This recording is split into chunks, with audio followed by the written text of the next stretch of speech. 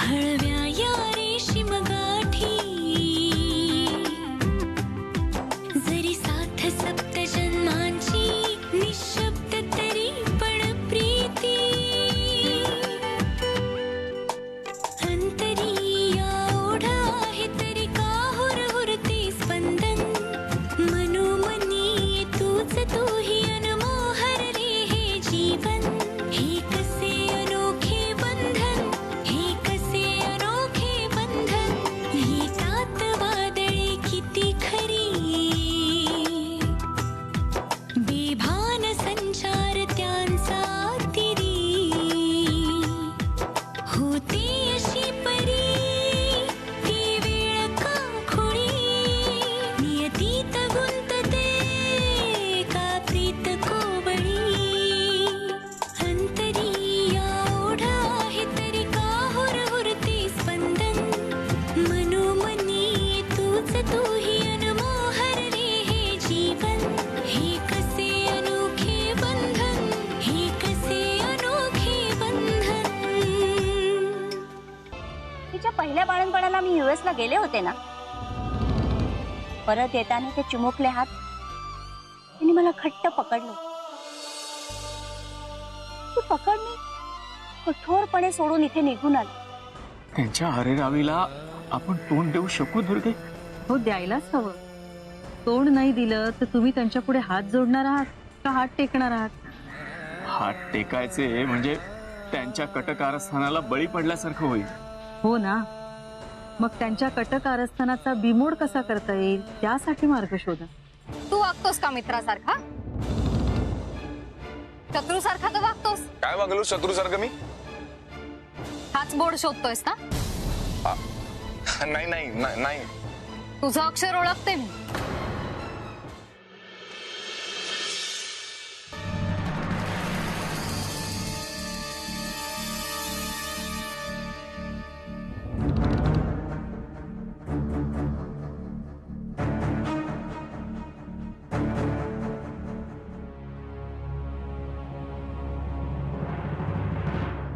हे काय जाऊन आलात पण तुम्ही? मला काय वाटलं सौभाग्यवती, नानांना हकलून मी नानाच्या वाडीतच मुक्काम ठोकला. तुमचा काय बी नेम नाही. काय म्हणतात आपले सज्जन शेजारी नाना देशपांडे? तू काय म्हणणार आहे? बोबडीच वळली त्याची. अहो, कमरेचं सुटायचंच बाकी होतं. तुमचं आपलं काहीतरी. स्वतः जाऊन बघा, खूप गुरगरत होता. आता म्याव म्याव. डावच असा टाकलाय ना सौभाग्यवती, ही नानाचा श्वासच कोंडला जाईल. आणि त्याची ती नानी दुर्गा, तिचं तोंड अजून वाचतंय. म्हणून तिच्या तुम्ही तोंडी लागू नका.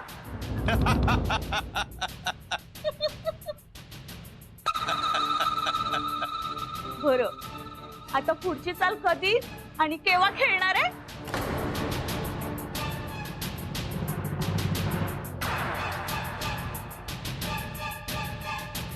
आता थोडं दमानं घ्यायचं. वाट पाहिजे. म्हणजे आता नानाच्या प्रतिक्रियेवर आमची पुढची चाल ठरेल. भाव घालायचं तर मग वाट कशाला बघायची? सावजाला पळवत खेळवत मारण्याची मजा आहे ना सौभाग्यवती. एका फटक्यात मारण्यात नाहीये. आत्तासा नाना बिथरलाय, अजून त्याची खूप दमछाक करणार हा संपतराव.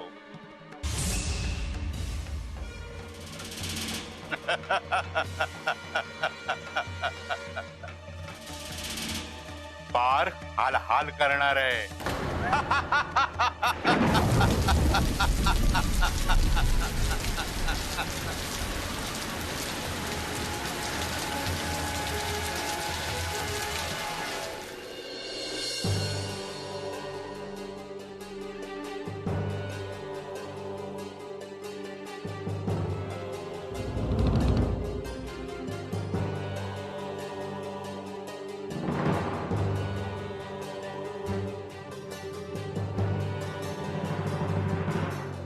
देव हं?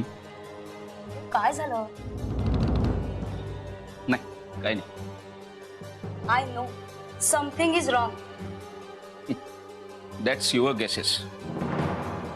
देव आता कसलं टेन्शन आहे? सगळं तुझ्याच मनासारखं होतंय ना? तरीही तुझा चेहरा पडलेला. काय घडलंय माझ्या मनासारखं? अरे तुला चांगला जावई हवा होता, मिळालाय ना? मिळाला. तुला अजून शंका आहे? सुमन, तू कुठल्या भरोश्यावर एवढी निर्धास्त राहतेस ग? कळू दे ना मला जरा. अरे असं काय करतोयस? राजन आणि लालीनी एकमेकांना पसंत केलंय. शिवाय राजनच्या आईला सुद्धा आपली लाली आवडलीये. मग आपण पण जायचं का त्यांच्याकडे लग्नाची बोलणी करायला? नाही ना उत्तर आता?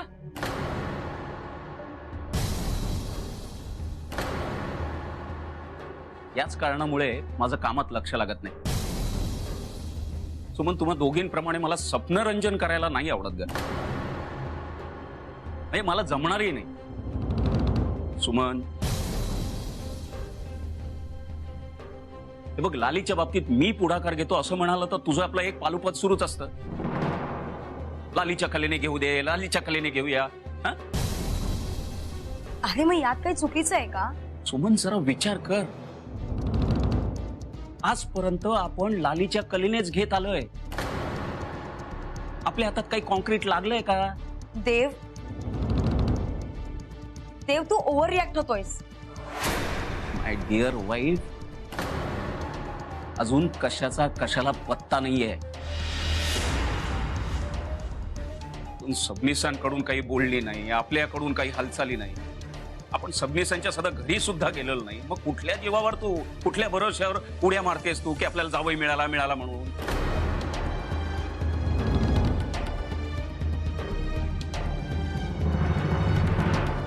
सुमन, सुमन,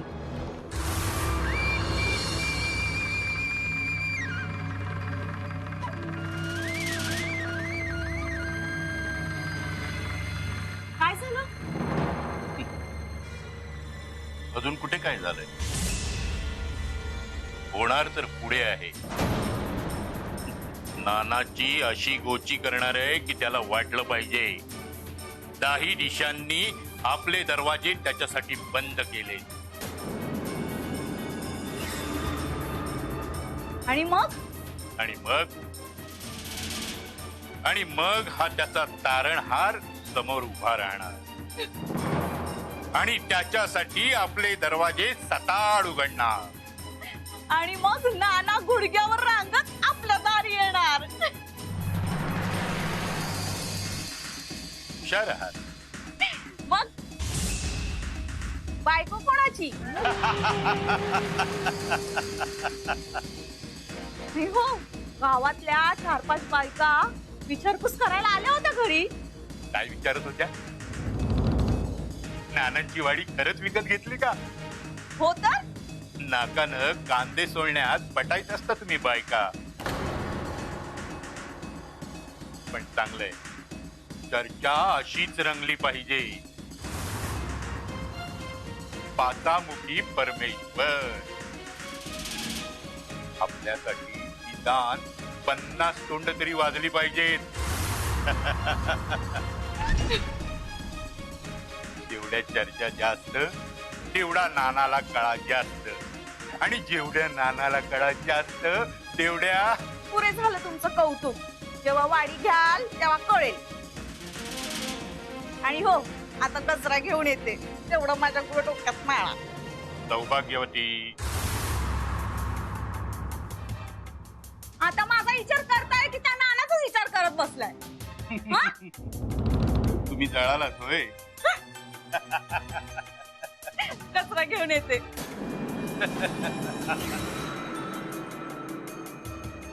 गावात गरारा, घरात हरारा, म्हणे गजरा माळा.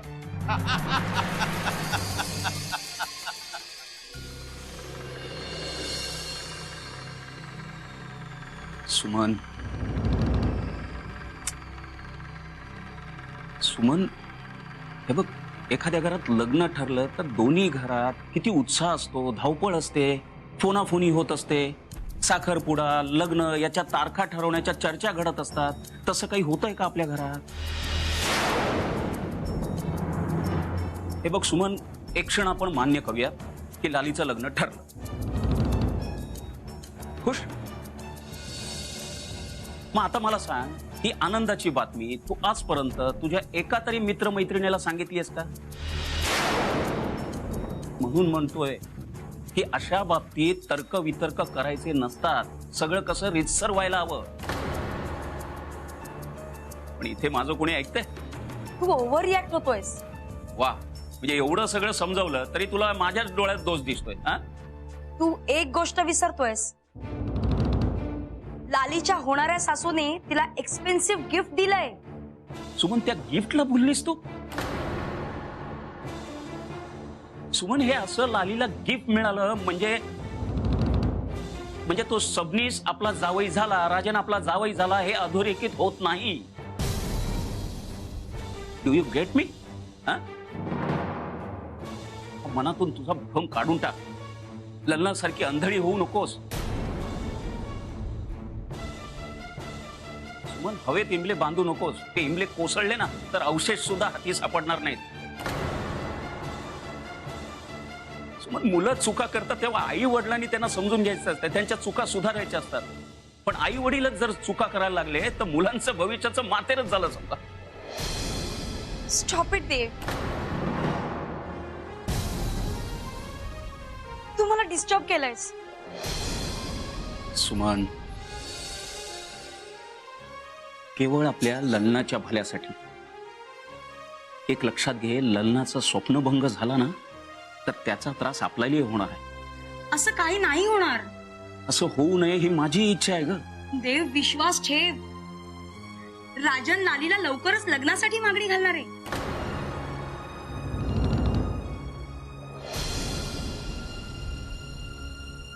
तथास्तु.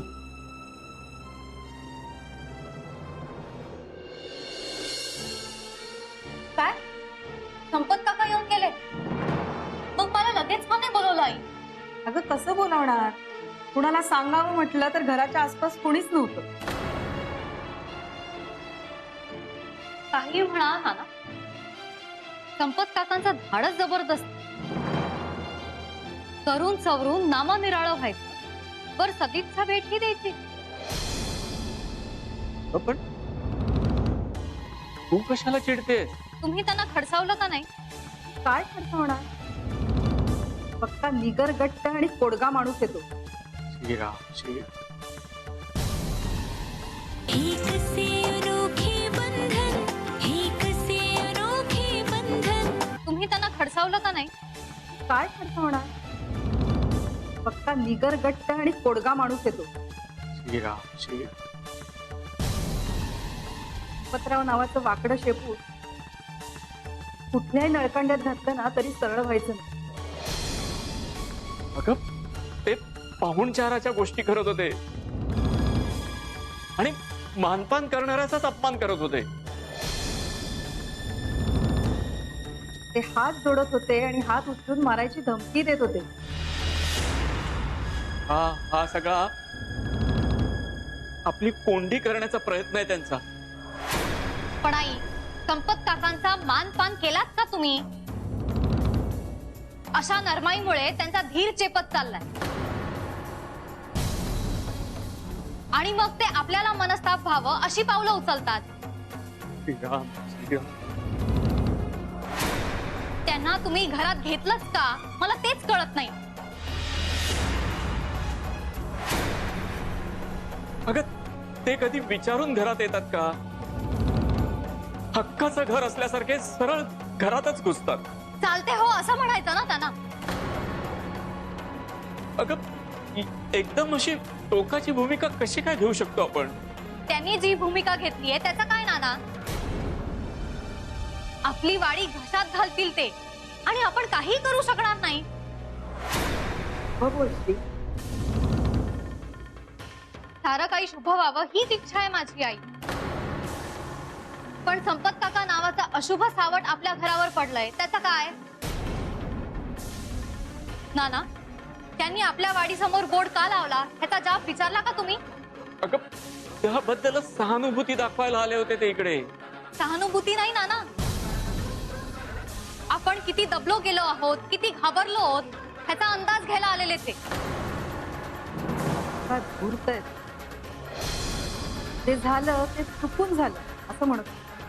मग तेव्हा तुम्ही त्यांना का नाही बोललात की संपतराव तुम्ही खोटं बोलताय, तुम्हीच आमच्या वाडीसमोर बोर्ड लावलात आणि तेही मुद्दामून? श्रीराम श्रीराम. नाना, आनंदीच माझ्या समोर कबूल केलं की त्याने बोर्ड लावला.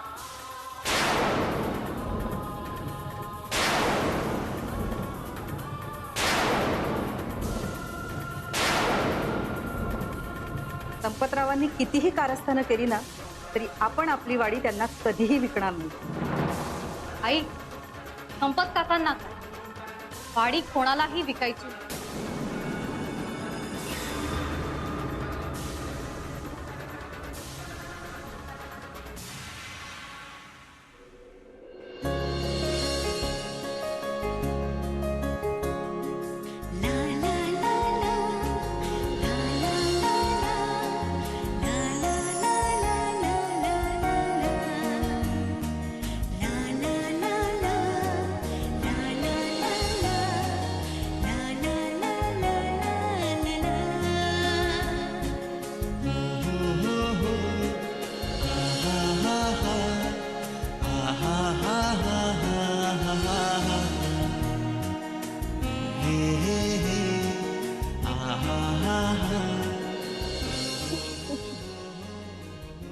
कारण की ती रुसलीस ना तर अजून गोड दिसते.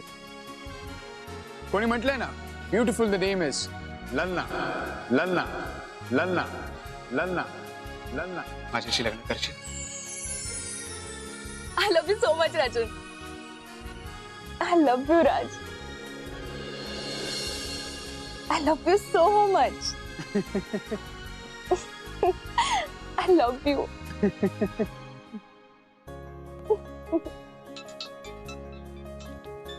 खरंच राज, आपण केव्हा लग्न करणार? कोण आहे हा सुरेश? मोबाईलचं जाऊ देत ना, तू काय बोलत होतास ते सांग.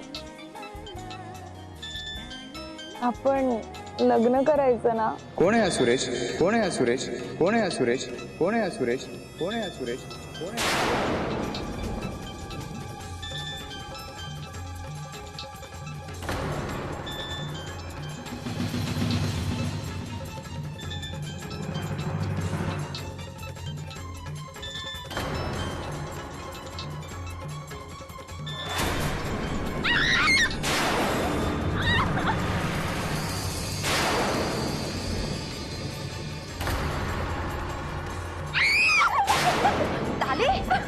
लाली, आता काय झालं बेटा?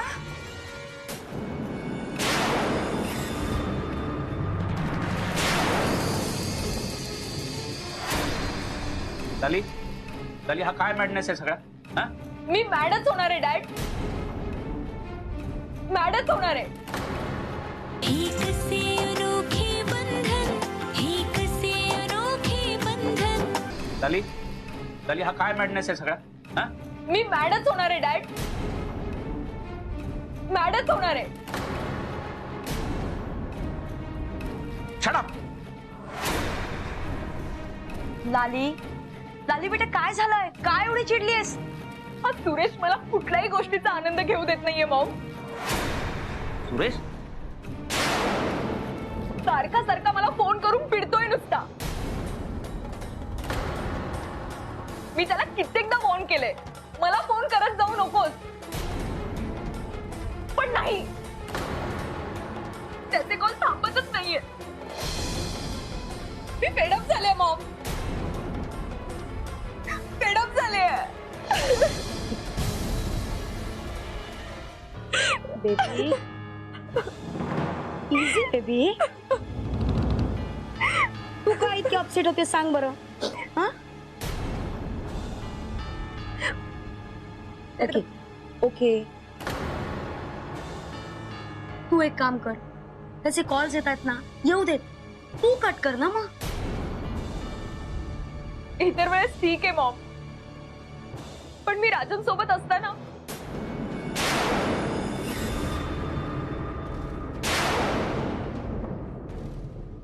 आताही पाहिलंच ना, मी राजन बरोबर छान एन्जॉय करत होते. राजने मला प्रपोज केलं होतं.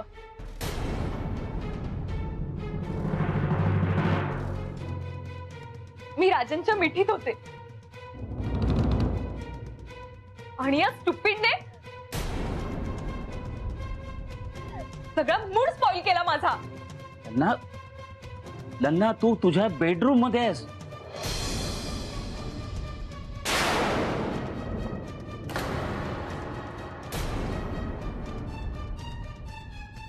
डॅड,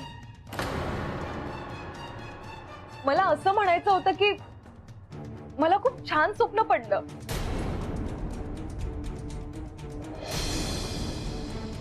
त्यात राजनने मला प्रपोज केलं आणि त्या स्टुपिडने माझं सुंदर स्वप्न मोडलं. जे झालं ते झालं बेटा. आपण पण मॉम, हा सुरेश विल थिंक ओव्हर बेटा. मॉम, माझ्यासाठी सुरेश हा प्रॉब्लेम झालाय आणि तू जर तो सुरेशला भेटला तर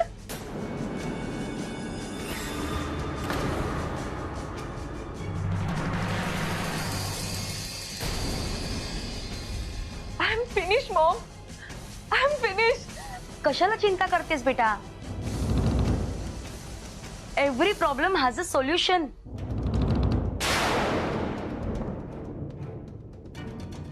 आणि हा सुरेश म्हणजे काही फार मोठा प्रॉब्लेम नाहीये. खरंच मम्मा? येस बेटा.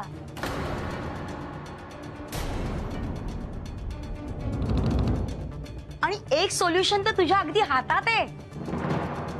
कोणतं? राजन. तू राजनशी लग्न कर, प्रॉब्लेम सॉल्व्ड. खरंच मम्मा? येस.